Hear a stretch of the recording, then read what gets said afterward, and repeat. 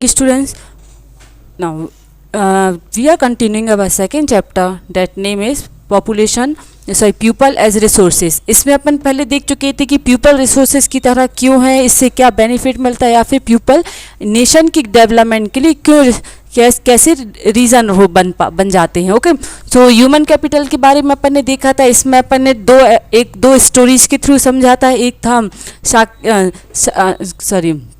विलास की स्टोरी और सेकंड थी साकल की स्टोरी. ओके, तो इन दोनों की स्टोरीज के थ्रू अपन ने इस चैप्टर्स को समझा था. अब इसके आगे देखेंगे that qualities of population. Okay, तो पॉपुलेशन की क्वालिटीज कैसे अफेक्ट करती है, या फिर जो पॉपुलेशन होता है वो अपने आप को क्वालिफाइड कैसे बना पाता है. Okay, how he is able to make himself capable for serve the nation और नेशन के साथ साथ अपने डेवलपमेंट के लिए. ओके, तो यहाँ पे बताया है ये जो वर्ड यूज़ किया गया क्वालिटी ऑफ पॉपुलेशन. ओके, तो क्वालिटी ऑफ पॉपुलेशन से मतलब है उसकी literacy rate, okay, health, people की हेल्थ, या फिर उसकी लाइफ एक्सपेंडिचर का तरीका. ओके, लाइफ को कैसे जीता है, कितना उसका एक्सपेंड हो पा रही है, और इसके अलावा साथ ही साथ उसका skill formation. Okay, skill formation मतलब उसके अंदर और कौन कौन सी अलग टाइप की टैलेंट्स हैं, जैसे कि पेंटिंग, ड्राइंग, डांस, या फिर उसके अलावा पोर्ट, स्कल्पचर्स वगैरह बनाना, ये सब. ओके, तो इन सब से पीपल जो पॉपुलेशन है कंट्री की, उसकी क्वालिटी और भी ज़्यादा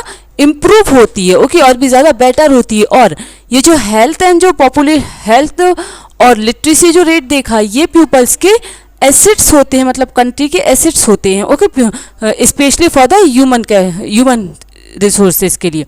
ओके, तो इसमें सबसे फर्स्ट देखेंगे एजुकेशन, लिटरेसी के बारे में. ओके, तो एजुकेशन में अपन ने जो साकल की स्टोरी पढ़ी थी उसमें अपन ने देखा था कि वो एक एजुकेटेड था. ओके, और एजुकेटेड होने के कारण उसने अपनी लाइफ काफ़ी अच्छे तरीके से स्पेंड कर ली थी. उसे काफ़ी अच्छी जॉब भी मिल गई थी जिससे वो अच्छा सैलरी अर्न कर पा रहा था, और साथ ही साथ और इन्हीं सब के साथ उसने अपनी लाइफ को ग्रो कर लिया था. ओके, और जॉब करने से उसके पास नए नए प्लेटफॉर्म्स उसके सामने आ गए थे, और उसके पास लाइफ को अपने आप को डेवलप करने के लिए, अपने हाउस को डेवलप करने के लिए, फैमिली की फाइनेंशियल कंडीशंस को इम्प्रूव करने के लिए, अपनी लाइफ की वैल्यू को बढ़ाने के लिए उसके पास काफ़ी ज़्यादा अपॉर्चुनिटीज़ बढ़ गई थी. ओके, एजुकेशन लेने से. और यहाँ पे बताया कि सिर्फ साकेल ही नहीं बल्कि एजुकेशन सभी की लाइफ में एक बहुत ही ज़्यादा इम्पोर्टेंट कंट्रीब्यूशन होता है, specially for the growth of a society. Okay, society की ग्रोथ के लिए ये बहुत इंपॉर्टेंट होता है. ओके, नाउ इसमें आगे बताया है डेट इससे अपनी कंट्री की नेशनल इनकम भी बनती है. अब नेशनल इनकम कैसे, किसी भी कंट्री की जो नेशनल इनकम होती है, ओके, वो वहाँ उस कंट्री की पॉपुलेशन के इनकम से कंट्रीब्यूशन होती है. मतलब सपोज कोई कंट्री में 100% जो पीपल्स हैं, ओके, उसमें से जो 80% 75% नॉर्मल जो एजुकेशन लेते हैं वो है, और 25% जो हायर एजुकेशन से या फिर हायर इनकम अर्न करते हैं. ओके, जैसे कि अपन ने देखा है कि जो इंडिया में अप्रोक्स 70 to 75% फार्मर्स हैं, और बाकी जो अदर सोर्सेज हैं, ओके, जैसे सेकेंडरी सेक्टर्स या फिर टर्सरी सेक्टर्स में कम प्रपोर्शन है as compared to the agriculture proportion देखें तो. ओके, तो जो अपनी नेशन की जो इनकम बनेगी पूरी, वो सिर्फ हायर सेक्शंस को लेके नहीं बल्कि फार्मर्स, लेबर्स, सभी की इनकम को मिला के जो इनकम बनती है, that is called the national income. Okay, तो अगर पॉपुलेशन ज़्यादा से ज़्यादा एजुकेटेड रहेगी तो वो जॉब ज़्यादा कर पाएगी. ओके, और जॉब ज़्यादा करने के साथ साथ उनके पास अपॉर्चुनिटीज़ रहेगी, they can earn the better money, और अपनी लाइफ के लिए कंफर्ट भी उतना ज़्यादा वो कलेक्ट कर पाएंगे. ओके, तो जिससे नेशनल इनकम भी बढ़ेगी, अपना जो कल्चरल है वो भी बैकग्राउंड भी रिच होगा. ओके, गवर्नमेंट के पास भी बहुत ज़्यादा एफिशिएंसी आ जाएगी, वो इफेक्टिव गवर्नमेंट बन जाएगी जिससे वो और भी ज़्यादा अच्छे प्लान्स एंड पॉलिसीज बना पाएगी. Okay, and there is a provision made for the, और साथ ही साथ वो यूनिवर्सिटीज़ लेवल पे या फिर एजुकेशंस पे बेसिक एजुकेशन की जगह वो एडवांस एजुकेशन और स्पेशल टाइप की एजुकेशंस और उसके लिए और भी ज़्यादा बेटर डिसीजंस ले पाएगी. ओके, क्योंकि उनके पास जो बेसिक एजुकेशन रहेगा वो उनके पास रहेगा नहीं कि बेसिक एजुकेशन के लिए क्या करना है. ओके, तो वो बेसिक की जगह उसको और डेवलप्ड करने की तरफ फोकस कर पाएंगी गवर्नमेंट्स. ओके, और specially for the girls education. Okay, और जिसके लिए गवर्नमेंट ऑलरेडी वर्क करने स्टार्ट कर दिया, उन्होंने कई टाइप की स्पेशल स्कूल्स भी ओपन करवाई हैं। ओके, और इसके अलावा कोई अदर स्कूल जैसे कि नवोदय विद्यालय जो आज प्रेजेंटली हर एक डिस्ट्रिक्ट्स में बने हुए हैं, जिसमें उनको वोकेशनल स्ट्रीम्स भी दी जाती है। वोकेशनल स्ट्रीम्स मीन्स होता है अगर किसी बच्चे को कोई अदर टाइप की एक्टिविटीज़ में इंटरेस्ट है, जैसे कि डांस में, ओके, या स्पोर्ट्स में, या आईटी कंप्यूटर्स में, तो स्कूल्स में इस अदर वोकेशनल एजुकेशन या फिर वोकेशनल स्ट्रीम्स का स्किल्स भी उनके अंदर डेवलप्ड होने लगा है प्रेजेंटली। ओके, जिसके कारण अगर कोई बच्चा सेल्फ कुछ अपने टैलेंट के बेस पे करना चाहे, so he can also able to do that. Okay, जिसके लिए गवर्नमेंट एवरी जो प्लान्स बनते हैं यहाँ पे जो बताया फर्स्ट प्लान मीन्स होता है गवर्नमेंट ने इंडिपेंडेंस से ही कुछ ऐसे टारगेट्स सेट करने लगे, जिससे वो उन्हें अगले नेक्स्ट 5 ईयर्स में उन्हें वो कंप्लीट करना पड़ता। ओके, कि वो एक टारगेट बना लेते कि हमें अपने इस 5 ईयर्स में इतना इतना अचीव करना है। ओके, तो इसी को 5 ईयर प्लान्स बोलते हैं। तो उनका जो फर्स्ट 5 ईयर प्लान था उसमें उन्होंने 3,766.90 करोड़ उन्होंने इन्वेस्ट किए थे फॉर द एजुकेशन। ओके, ये फर्स्ट 5 ईयर प्लान में उन्होंने सिर्फ 151 करोड़ रुपीज स्पेंड की थी, जो कि 11th 5 ईयर प्लान में आते आते वो 151 करोड़ की जगह 3,766.90 करोड़ में वो एक्सपेंडिचर बढ़ गया था। ओके, इसके अलावा जो एजुकेशन पे एक्सपेंड होता है वो जीडीपी में भी इंक्रीज हो गया था। जीडीपी मीन्स होता है gross domestic product. Okay, means जो पहले 100 रुपीज़ में से सिर्फ जीडीपी में इन्वेस्ट कितना होता था एजुकेशन के लिए, ओनली 64 पैसे। ओके, फॉर एग्जांपल 100 रुपीज़ है तो 100 रुपीज़ में से सिर्फ 64 पैसे मीन 6.64% ही सिर्फ एक्सपेंडिचर होता था एजुकेशन में। लेकिन okay, and this is for the year 1951 to 52। Okay, लेकिन 2015 और 16 में आते आते जो बेसिक एजुकेशन में जो कंट्रीब्यूशन जीडीपी में जो बेसिक एजुकेशन का कंट्रीब्यूशन था वो 0.64 की जगह 3% हो गया था। ओके, इट मीन्स जो पहले 100 रुपीज़ में से सिर्फ 64 पैसे एजुकेशन में दिए जाते थे, अब वो 64 पैसे की जगह 3 रुपीज़ है। ओके, और जो कि हर 5 ईयर प्लान में धीरे धीरे बढ़ता जा रहा है। ओके, लेकिन ये कुछ साल तक यही फिक्स रहा था 5 ईयर प्लान में सिर्फ 3%। ओके ना, और ये जो बजट और ये सब जो डिसाइड होता है वो होता है बजट्स में। जो आपने देखा होगा एवरी ईयर जो अप्रैल मार्च के टाइम पे जो बजट्स के टेलीविजन्स में ये टेलीकास्ट भी होता है न्यूज़ चैनल्स वगैरह में, तो उसके थ्रू और ये जो एजुकेशन से रिलेटेड जो बजट होता है वो सेट करती हैं document of United union states of government. Okay, and इसके अलावा रिजर्व बैंक भी करती है इन बजट्स को सेट, जिसमें जो जीडीपी है वो धीरे धीरे डिवाइडेड बढ़ता रहा है। ओके, 17-18 में ये 2.7% तक हो गया था। देन आफ्टर धीरे धीरे इंक्रीज होते होते ये 2010 और 11 तक ये लगभग 11% ऐसी, मतलब हर एवरी ईयर ये फ्लक्चुएट होता रहा था। ओके, और गवर्नमेंट ने हमेशा ट्राई किया था कि ये और भी ज़्यादा बेटर हो सके। ओके, और इसके अलावा यहाँ पे बताए कि जो लिटरेसी होती है, लिटरेसी सिर्फ एक राइट्स नहीं है पॉपुलेशन का, बल्कि ये बहुत ही ज़्यादा इम्पॉर्टेंट एक्सपेक्ट है किसी भी सिटीजन्स को, ताकि वो अपनी ड्यूटीज़ कंट्री के लिए ड्यूटीज़ उतने अच्छे से परफॉर्म कर पाएँ। ओके, एंड इसके अलावा यहाँ पे बताया है कि डेट ये सभी जितने भी सेक्टर्स है सभी सेक्टर्स के लिए उतना ज़्यादा हर एक सेक्टर के लिए अलग अलग टाइप का एजुकेशन रहता है।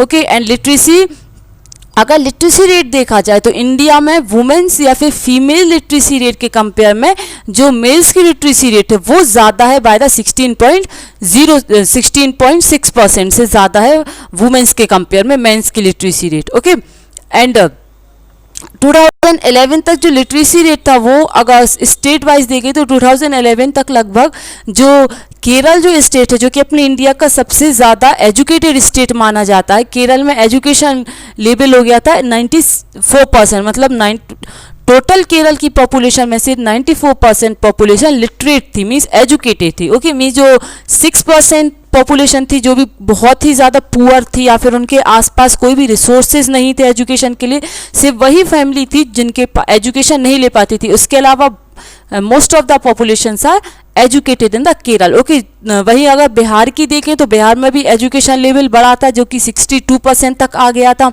ओके, वहाँ पे जो प्राइमरी स्कूल्स हैं, प्राइमरी स्कूल्स का सिस्टम भी बहुत ज़्यादा बढ़ गया था। उसमें पहले की कंपेयर में 6.41 लाख रुपीज़ इन्वेस्ट किए जाने लगे थे टिल 2015 और 16। अल्टीमेटली अगर इन सब का अपन देखें तो इसमें ये बताया है कि जो अपनी इस कंट्री के जो एजुकेशन सिस्टम जो वीक था उसको कंटिन्यूसली गवर्नमेंट के एफर्ट से और साथ ही साथ पीपल्स के अवेयरनेस से ये डे बाई डे बढ़ता ही रहा है। ओके, पॉपुलेशन लेवल हमेशा डेवलप्ड ही हुआ है कंट्री का। उसके अलावा यहाँ पे लेकिन कई ऐसा है अनफॉर्चुनेटली जो अपने आप पे अपन इन्वेस्ट तो करते जा रहे हैं, लेकिन कई ऐसी प्लेसेस है जहाँ पे अभी भी जो स्टडी का लेवल, एजुकेशन का लेवल है वो बहुत ही ज़्यादा पुअर क्वालिटीज़ का। ओके, और स्टूडेंट्स भी काफ़ी ज़्यादा ड्रॉप आउट भी कर रहे हैं। ड्रॉप आउट मीन्स होता है स्कूल बीच में छोड़ना। ओके, मतलब उनको कंप्लीट एजुकेशन ना करके बीच में ही स्कूल से ड्रॉप कर लेना। कई सारे रीजन है, जैसे कि अगर विलेजेस में देखा जाए, ये स्पेशली विलेजेस में होता है, या फिर ऐसी फैमिलीज में जहाँ पे ऑर्थोडॉक्स थिंकिंग्स के लोग रहते हैं। मतलब जैसे नॉर्मली वहाँ पे गर्ल्स को नहीं पढ़ाया जाता क्योंकि गर्ल्स को माना जाता है कि हाउस होल्ड वर्क के लिए होती है, या फिर गर्ल्स नॉर्मली 15-17 ईयर्स क्रॉस कर ली थी तो उनको मैरिज कर देते, उनकी स्टडी बीच में छुड़वा देते। ओके, या फिर जो पुअर फैमिलीज होती वहाँ पे पुअर फैमिली में फाइनेंशियल रिसोर्सेज इतने ज़्यादा होते नहीं हैं, तो उस कारण भी अपनी फैमिलीज जब अपने बच्चे उनके पढ़ते हैं तो उनको स्कूल में बीच में ही उनको ड्रॉप करा देते स्कूलों के।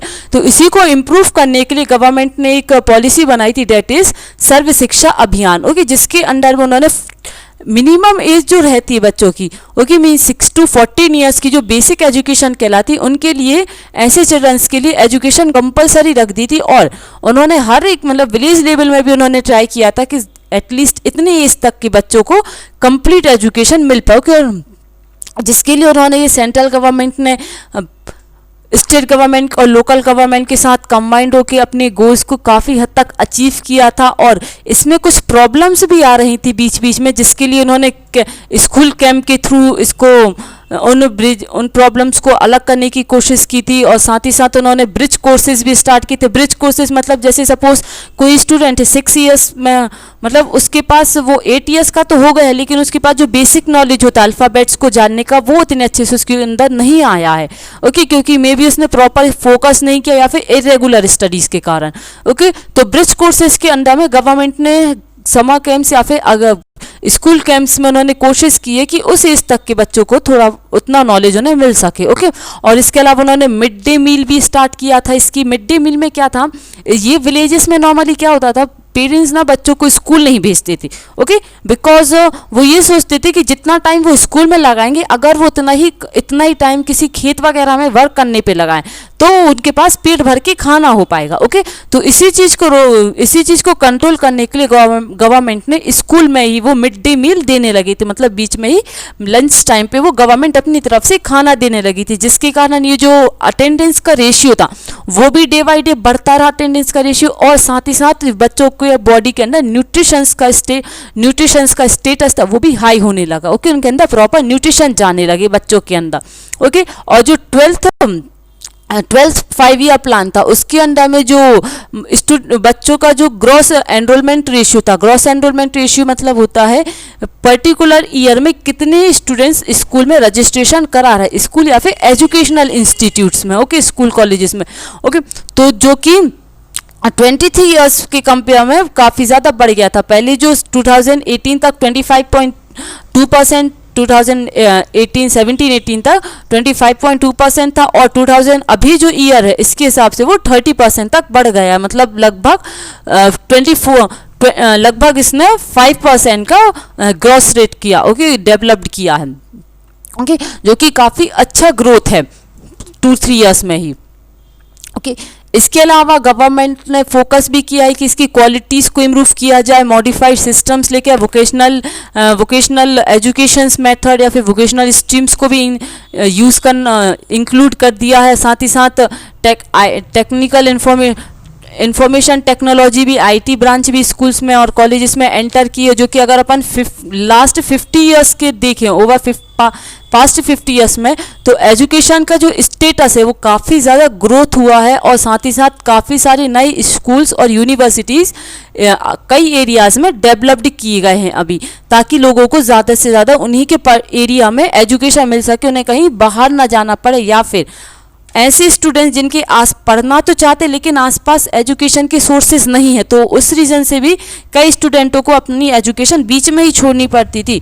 सो इन सब रीजंस के थ्रू कई सारे स्कूल्स कॉलेजेस ओपन करवाए हैं। ओके, नाउ ये तो हो गया एजुकेशन का।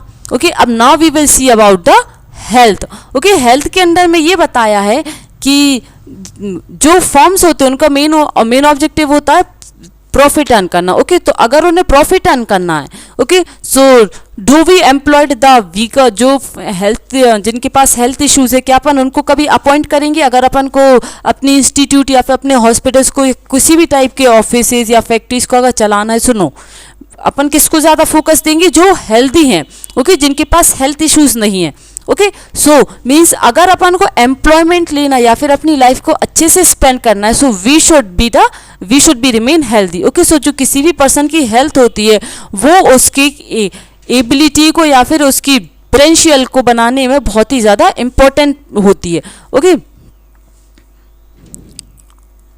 एंड जो हेल्थ उसकी sorry ability of, okay, so proper health से अपन अगर किसी पर्सन की हेल्थ इश्यूज नहीं है, so he can also fight against the illness, मतलब वो बीमारियों से लड़ सकता है, और इसी के कारण से अगर वो जितना ज़्यादा फाइट कर पाएगा इस सिकनेस से, वो उतना ही ज़्यादा अपने ऑर्गेनाइजेशंस के लिए उतना ही अच्छे से आउटपुट दे पाएगा, जिससे उसकी ऑर्गेनाइजेशन की ग्रोथ होगी। ओके, एंड इसके अलावा जो हेल्थ इम्प्रूव, और इससे उनका हेल्थ स्टेटस भी इम्प्रूव होने से वो अपने अदर वर्क में पोटेंशियल रह पाएगा, अदर वर्क को फोकस कर पाएगा, जो भी उसके टारगेट्स हैं वो उन टारगेट्स को जल्दी से जल्दी अचीव कर पाएगा। Okay, and our nation policies, अपनी नेशन की पॉलिसी भी यही है कि जो हेल्थ की है उसको ज़्यादा से ज़्यादा फैलाना, स्प्रेड करना, फैमिली वेलफेयर को, okay, family welfare, nutritions provide करना पीपल्स तक। ओके, स्पेशली ना जो अंडर प्रिविलेज सेक्टर्स है, अंडर प्रिविलेज सेक्टर्स में इस होता है जो पुअर सेक्शंस, ओके, जो पुअर पीपल्स है, जहाँ तक उनको हेल्थ फैसिलिटीज़ नहीं पहुँच पा रही, वहाँ तक गवर्नमेंट ने हमेशा अफोर्ड किया है कि उन प्लेसेस तक भी उनके पास प्रॉपरली पहुंच पाए फैसिलिटीज। ओके, और ओवर द लास्ट 5 डिकेट्स, ये डिकेट्स मीन्स होता है 10 ईयर्स। ओके, 10 ईयर्स का 1 डिकेट होता है। ओके, सो 5 डिकेट्स मीन्स 50 ईयर्स। ओके, सो 50 इंडिया की गवर्नमेंट ने पिछले कुछ 50 सालों में बहुत सारे हेल्थ इंफ्रास्ट्रक्चर्स बिल्ट करवाए, मतलब कई सारे हॉस्पिटल्स, लेबोरेटरीज। ओके, और ये लेबोरेटरीज सिर्फ प्राइमरी सेक्टर्स नहीं बल्कि प्राइमरी, सेकेंडरी और टर्सरी तीनों सेक्टर्स की तीनों लेवल की खुलवाए। प्राइमरी सेक्टर्स में जो छोटे मोटे हॉस्पिटल्स होते हैं, ओके, सेकेंडरी सेक्टर्स मतलब जिसमें इक्विपमेंट्स तो होते, मशीन इक्विपमेंट्स, लेकिन वो उतने इनफ नहीं होते। ओके, और टर्सरी हॉस्पिटल्स या टर्सरी सेक्टर्स की जो हेल्थ सेंटर्स हैं, वे जो काफ़ी ज़्यादा अच्छे हॉस्पिटल्स, बड़े बड़े जैसे कि एम्स वगैरह, ओके, ये आते टर्सरी सेक्टर्स है ना गवर्नमेंट। ओके, जिससे एजुकेशन का लेवल काफ़ी हद तक बढ़ा, जैसे कि इसमें बताया भी है कि जो इनफैक्ट मॉडर्निटी रेट होता था, इनफैक्ट मॉडर्निटी रेट मतलब होता है जो बच्चे 1 साल के पहले ही जिनकी डेथ हो जाती है हेल्थ इश्यूज़ के कारण, वो कहलाता है इनफैक्ट मॉडर्निटी रेट। ओके, वो भी इंडिया में इम्प्रूव हुआ है। जो पिछले लगभग 1951 तक जो हर साल लगभग 143 बच्चे मर जाते थे हेल्थ इश्यूज़ के कारण, जो कि 2016 में आते आते डिक्रीज होकर सिर्फ 34 के राउंड ऑफ बचे, मतलब हेल्थ केयर काफ़ी ज़्यादा बढ़ गया है। ओके, कंट्री में। नाउ इसमें एक जो टेबल दी हुई है, इस टेबल में बताया है कि जो हॉस्पिटल्स या लेबोरेटरीज या नर्सरी रूम्स होते थे या हॉस्पिटल्स, वो किस ईयर में किस सेक्टर्स के लिए कितने ज़्यादा बड़े हैं। ओके, तो क्या ये इनफ है? सो नो, मतलब जितनी रिक्वायरमेंट होनी चाहिए कंट्री के हिसाब से उतना ये रेशियो या फिर उतने ये नंबर्स इनफ नहीं है। वी वांट मोर हॉस्पिटल्स और the more training centres to make the educate more doctors, और कंट्री में और भी ज़्यादा डॉक्टर्स हॉस्पिटल्स लाने की भी ज़रूरत है। ओके, अगर यहाँ पे रेशियो की बात करें फिर प्रोपोर्शन की बात करें तो कंट्री में कई ऐसी प्लेसेस है अभी भी जहाँ पे बेसिक फैसिलिटीज़ भी उनको नहीं मिल पा रही हैं। ओके, और अगर उनके कॉलेजेस की बात करें तो यहाँ पे सिर्फ टोटल इंडिया में मेडिकल कॉलेजेस सिर्फ 381 मेडिकल कॉलेजेस है इतनी पूरी पॉपुलेशन के बीच में। ओके, और dental hospitals only 301 dental hospitals. Okay, और ये भी कुछ स्पेशल मतलब कुछ लिमिटेड स्टेट्स में ही, सभी स्टेट्स में भी नहीं है।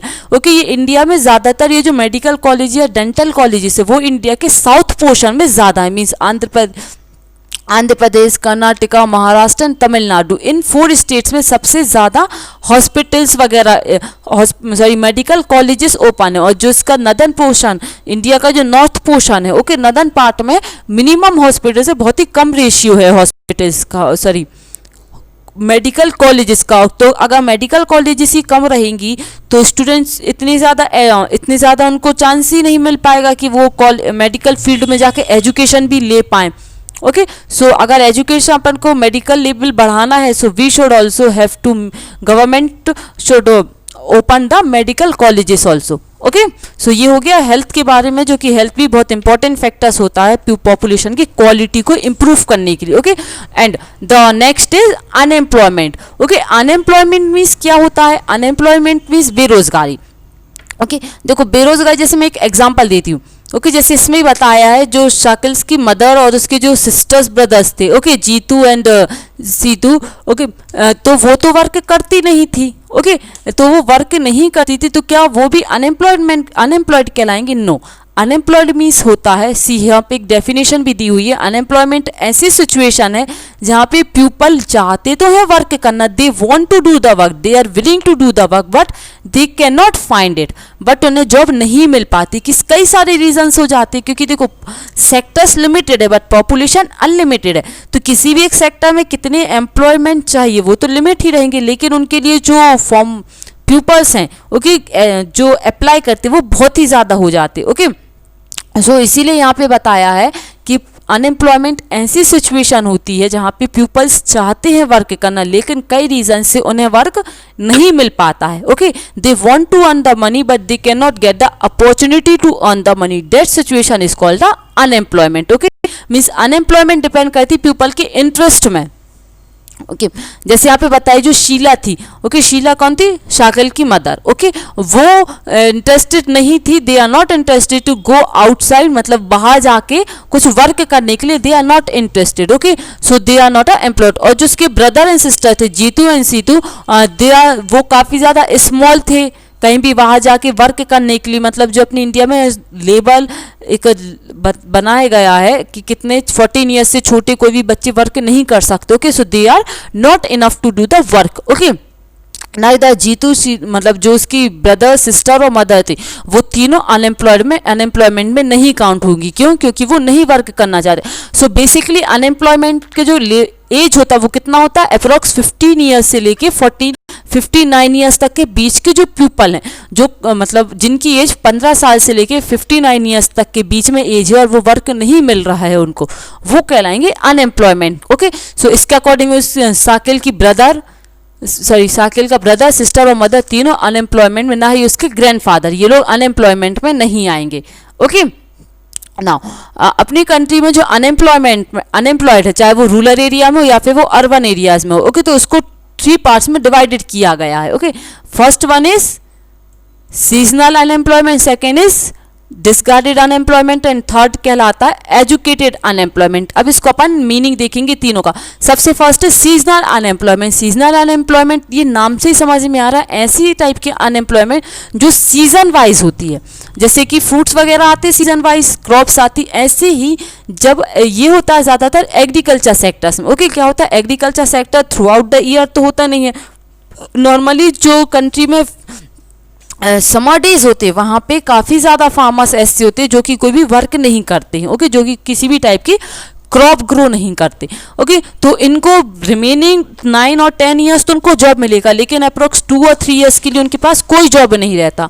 ओके, तो मतलब वो 2-3 ईयर्स तक क्या है? अनएम्प्लॉयमेंट। जैसे सोइंग हो गई, हार्वेस्टिंग हो गई, वीडिंग्स हो गई, थ्रेसरिंग्स हो गई, इसके बाद उनके पास कुछ वर्क नहीं बचा।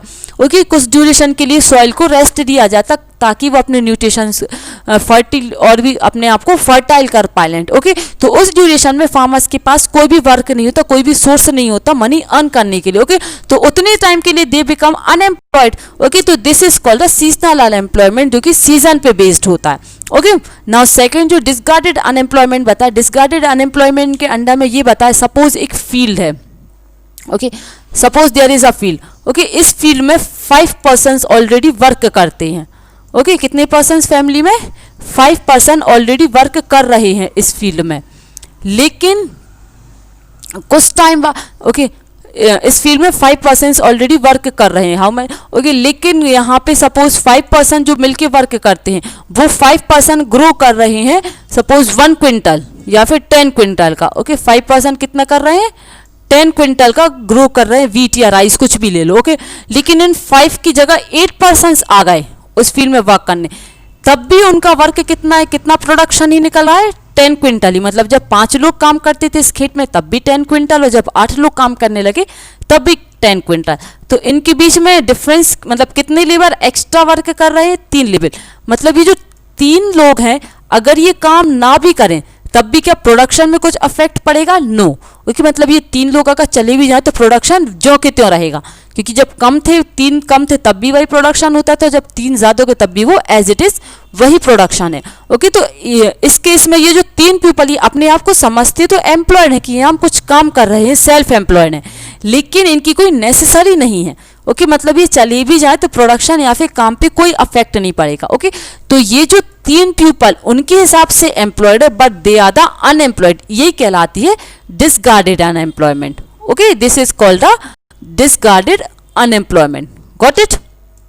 नाउ यहाँ पे आगे बताया है, नेक्स्ट यहाँ पे बताया है जो अनएम्प्लॉयमेंट होता है, थर्ड टाइप की अनएम्प्लॉयमेंट बताई है, that educated unemployment. Educated unemployment के अंडर में ये बताया है कि किसी भी फैमिली में क्या ये रूरल एरियाज़ में काफ़ी ज़्यादा पाई जाती है। ओके, ये स्पेशली रूरल एरियाज़ में। कैसे?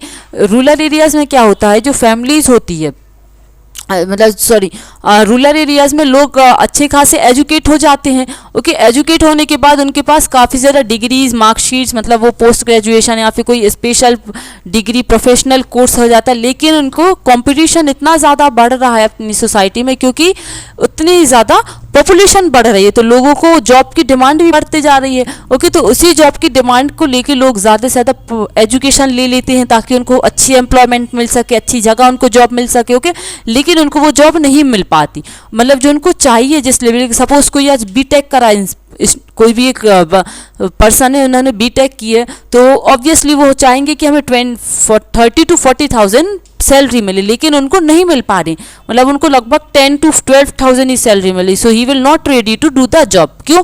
क्योंकि उनको उनके मन के अकॉर्डिंग या फिर जितनी उनकी क्वालिफिकेशंस है, उनकी क्वालिफिकेशंस के अकॉर्डिंग उनको उसका पेमेंट नहीं मिल रहा है, या फिर उनको उस हिसाब से उनको इनकम नहीं मिल रही है, तो वो वर्क करने के लिए रेडी नहीं होंगे। सो ही रिमेन अनएम्प्लॉयड। ओके, तो मतलब एजुकेशन है, लेकिन एजुकेशन है, क्वालिफिकेशन है, लेकिन उसका प्रॉपर रिटर्न्स ना मिलने के कारण ही इज अनएम्प्लॉयड। ओके, तो इस टाइप की जॉब को कहते हैं educated unemployment. Clear? Okay, so ये जो एजुकेटेड अनएम्प्लॉयमेंट हो जाए, चाहे सीजनल अनएम्प्लॉयमेंट या फिर डिस्कार्डेड, ये किसी भी प्रकार की जो अनएम्प्लॉयमेंट होती है वो अपनी सोसाइटी के लिए काफ़ी ज़्यादा प्रॉब्लमेटिक होती जा रही है। ओके, अब प्रॉब्लमेटिक कैसी? इससे जो ह्यूमन रिसोर्सेज होते हैं, मैन पावर रिसोर्स में जो ह्यूमन रिसोर्सेज होते हैं वो टोटली वेस्ट हो रहे हैं।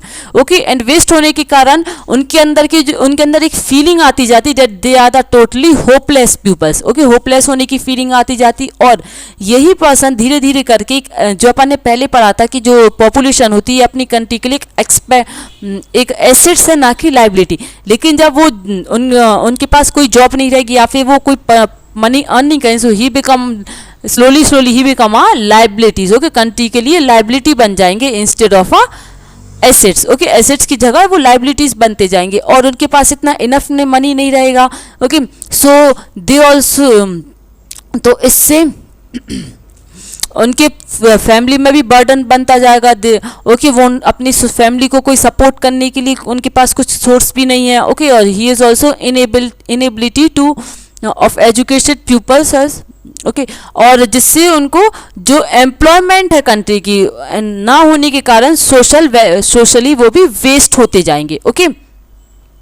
एंड जो अनएम्प्लॉयमेंट के कारण कंट्री में काफ़ी ज़्यादा प्रॉब्लम भी आती है। ऑल ओवर उनकी फैमिली की जो इकोनॉमिक प्रॉब्लम है, इकोनॉमिकली वो धीरे धीरे खराब होते जाएंगे, और इसके इकोनॉमिकली खराब होने के कारण जो इकोनॉमिक लोड बढ़ता जाएगा उनकी फैमिली के अंदर, ओके, मतलब फाइनेंशियल लोड बढ़ता जाएगा। जो ऐसे पीपल है जो जॉब करते हैं उनके ऊपर उतना ही ज़्यादा बर्डन आता जाएगा। जैसे फैमिली में आज सपोज 7 पीपल्स है, 7 पीपल्स में से सिर्फ 2 के पास जॉब है, बाकी के पास नहीं है, तो ऑब्वियसली उन्हीं दोनों को बाकी के पूरे 7 मेंबर्स के लिए food been other necessaries, education expenses, medical expenses, सभी टाइप के एक्सपेंसेस सिर्फ उन्हीं 2 पर्सन को ही होल्ड करना पड़ेगा, ओके। सो इससे फाइनेंशियल लोड भी बढ़ता जाएगा सोसाइटी में। एंड इन केस ऑफ अगर इंडिया में देखें तो ये जो एजुकेशनल अनएम्प्लॉयमेंट रेट है वो काफ़ी ज़्यादा बढ़ रहा है, लो है। And a large number of people represent the low incomes and, और देखें तो कई ज़्यादा ऐसे पीपल अपनी सोसाइटी में जो कि उन्हें बहुत ही कम वेजेस मिल रहा है, मतलब उनको अगर वर्क देखा जाए या फिर उनकी क्वालिफिकेशंस देखी जाए तो उनको इससे ज़्यादा सैलरीज या ज़्यादा पेमेंट मिलना चाहिए, बट वो नहीं मिल पा रहा उनको, ओके, कई सारे रीजंस के कारण उनको नहीं मिल पा रहा, जिसके कारण ना उन्हें प्रॉपर एजुकेशन मिल पा रही है, ओके, उनकी प्रोडक्टिविटी में भी अफेक्ट हो रहा है, उनकी अदर हेल्थ इश्यूज एंड कई सारे इश्यूज भी इससे क्रिएट हो रहे हैं day by day, okay. Now and so इन्हीं सब प्रॉब्लम्स को रिमूव करने के लिए उनको जितना भी छोटा मोटा काम मिलता है ताकि वो अपनी फैमिलीज को अच्छे से सर्व कर पाएँ, उनको प्रॉपर फैसिलिटीज़ दे पाए, तो उन्हें जो भी वर्क मिलता है तो वो वर्क करने के लिए वो रेडी हो जाते हैं, ओके। भले वो उनकी चॉइस का ना हो तब भी उन्हें, चाहे उनकी कम मतलब किसी भी रीज़न से उन्हें उस वर्क को करने के लिए रेडी होना पड़ता है, prepare, okay. So more over the employment status, अपनी कंट्री का जो एम्प्लॉयमेंट ज़्यादातर पीपल सेल्फ एम्प्लॉयड होते हैं, ओके। प्राइमरी सेक्टर्स में सेल्फ एम्प्लॉयड मतलब जो खुद अपना वर्क, मतलब जैसे शॉप्स वगैरह खोल दिया, एग्रीकल्चरल वर्क कर लिया, ओके। सो प्राइमरी लेवल पे ज़्यादातर पॉपुलेशन सेल्फ एम्प्लॉयड ही होती है जो कि अपनी पूरी फैमिलीज को चलाती है, ओके।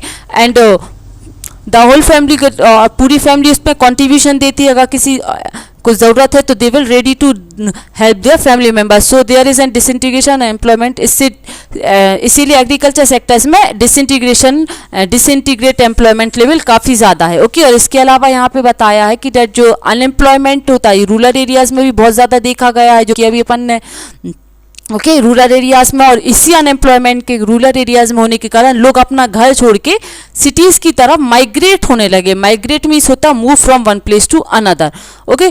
जॉब के सर्च के लिए वो अपने विलेजेस, अपने घर को छोड़ के दूसरे शहरों में आने लगे हैं, ओके। और वो हर एक सेक्टर में वर्क करने के लिए रेडी होते हैं। जो एग्रीकल्चर होता है, चाहे वो एग्रीकल्चर में हो, और एग्रीकल्चर में अपन देख रहे हैं कि डिसइंटीग्रेशन और सीजनल अनएम्प्लॉयमेंट बहुत ज़्यादा देखा जा रहा है, जिसके लिए वो एग्रीकल्चर के साथ साथ अदर सेक्टर्स में भी एंटर होने लगे। अदर सेक्टर्स में जैसे manufacturing sectors, job sectors, okay. Manufacturing sectors को सेकेंडरी सेक्टर और जॉब सेक्टर में टर्सरी सेक्टर्स में भी एंटर होने लगे, मतलब छोटी मोटी इंडस्ट्रीज़ में पार्ट लेने लगे या फिर अपनी सेल्फ इंडस्ट्रीज़ खोलने लगे हैं, ओके। और कई अदर टाइप की जॉब्स में भी वो जैसे बायोटेक्नोलॉजी, इंफॉर्मेशन टेक्नोलॉजी और अदर टेक्निकल वर्क में भी पीपल अपनी अनएम्प्लॉयमेंट को रिमूव करने के लिए उस सेक्टर्स में भी वो जाने लगे हैं, ओके। तो यहाँ पे एक एजुकेशन हेल्थ को लेके यहाँ पे एक छोटी सी स्टोरी बताई है कि अनएम्प्लॉयमेंट, अगर एजुकेटेड है पीपल तो अनएम्प्लॉयमेंट कैसे ग्रो हो सकती है। तो यहाँ पे बताया कि एक फैमिली थी, एक विलेज था जिसमें कई सारी फैमिलीज रहती थी। वहाँ पे इस फैमिली में, हाँ, फैमिली के हर एक मेंबर्स को खुद ही अपना वो वर्क करते थे, हेल्प टू मतलब अपनी डिमांड्स फुलफिल करते थे, इट्स सेल्फ खुद ही कपड़े बनाते थे या टीचिंग करना, ओके। तो ओके, ईच फैमिली में meet its need by the member making their own clothes and teaching their own children. Okay वो खुद ही पढ़ाते थे जितना बहुत वो कर पाते थे. मतलब टीच करना means not only the education. Okay जिस भी टाइप के उनके पास है, जैसे कोई स्किल है पर्टिकुलर, तो उस स्किल को वो अपने ही बच्चे को सिखाते थे. ओके तो लेकिन उसमें एक फैमिली थी जिन्होंने सोचा कि वो अपने बच्चे को कुछ अच्छा पढ़ाएंगे. ओके तो उन्होंने अपने बच्चे को एक एजुकेशन एग्रीकल्चर कॉलेज में एडमिशन करा लिया जी. उसके बाद उसने जब वहाँ से पढ़ के आया तो वो एक एग्रो इंजीनियर बन गया. जिसके बाद वहाँ पे आके उसने एक नई टाइप की प्लगिंग की मशीन बनाई. ओके प्लग मशीन एक न्यू टाइप की बनाई जिससे उसका वीट का प्रोडक्शन और भी ज़्यादा निकला. ओके तो इससे एक एग्रीकल्चर जो एग्रो इंजीनियरिंग होता है उसकी स्ट्रीम गांव में स्टार्ट हो गई. तो कई सारे फैमिली मेंबर्स ने, स्पेशली जो गांव की पंचायत थी, उन्होंने इकट्ठा होकर सोचा कि क्यों ना अपन मतलब बाकी मेंबर्स भी अपनी फैमिली को और भी ज़्यादा अच्छा और विलेज में फैसिलिटीज़ लाने के लिए कुछ ना कुछ करें. ओके तो वहाँ पे नई स्कूल्स खुलने लगी. पंचायत ने जब सबने सोचा और गवर्नमेंट की हेल्प से वो आसपास के गांव से कुछ टीचर्स को बुलाया. ओके तो जिससे गांव में एक न्यू सेक्टर खुल गया, टीचिंग सेक्टर. ओके मतलब एक फैमिली में अपने बच्चे को पढ़ाया था तो एग्रो इंजीनियर सेक्टर खुल गया था. फिर फैमिली को एजुकेशन देने से टीचिंग सेक्टर बढ़ गया. फिर उसमें से एक फैमिली ने अपनी लड़की को टेलरिंग वर्क में बहुत ज़्यादा अच्छा सिखा दिया था. ओके तो जिससे सब पूरे गांव के कपड़े वही सिला करती थी. मतलब जो लोगों का टाइम स्पेंड होता था कपड़े वगैरह सिलने में, वो अब एक ही पर्सन को देने लगी थी, जिससे वो अपनी एग्रीकल्चर में और अदर वर्क में ज़्यादा फोकस करने लगे थे. और साथ ही साथ उन्हें ऐसे धीरे धीरे करके हर एक टाइप की स्ट्रीम्स विलेज में खुलती गई. ओके सो एट लास्ट वो विलेज काफ़ी ज़्यादा अच्छा, मतलब वो प्रॉस्पेरस भी होता जाता, रिच भी बनता जा रहा था और सभी टाइप की फैसिलिटीज़ विलेज में ही अवेलेबल होने लगी. तो okay so this is all about the chapter about the population resources. Okay इसके अलावा एजुकेशन की क्या इंपॉर्टेंस होती है, हेल्थ की और अनएम्प्लॉयमेंट, इन सब से कारण जो अनएम्प्लॉयमेंट प्रॉब्लम हो रही है उससे कंट्री को क्या अफेक्ट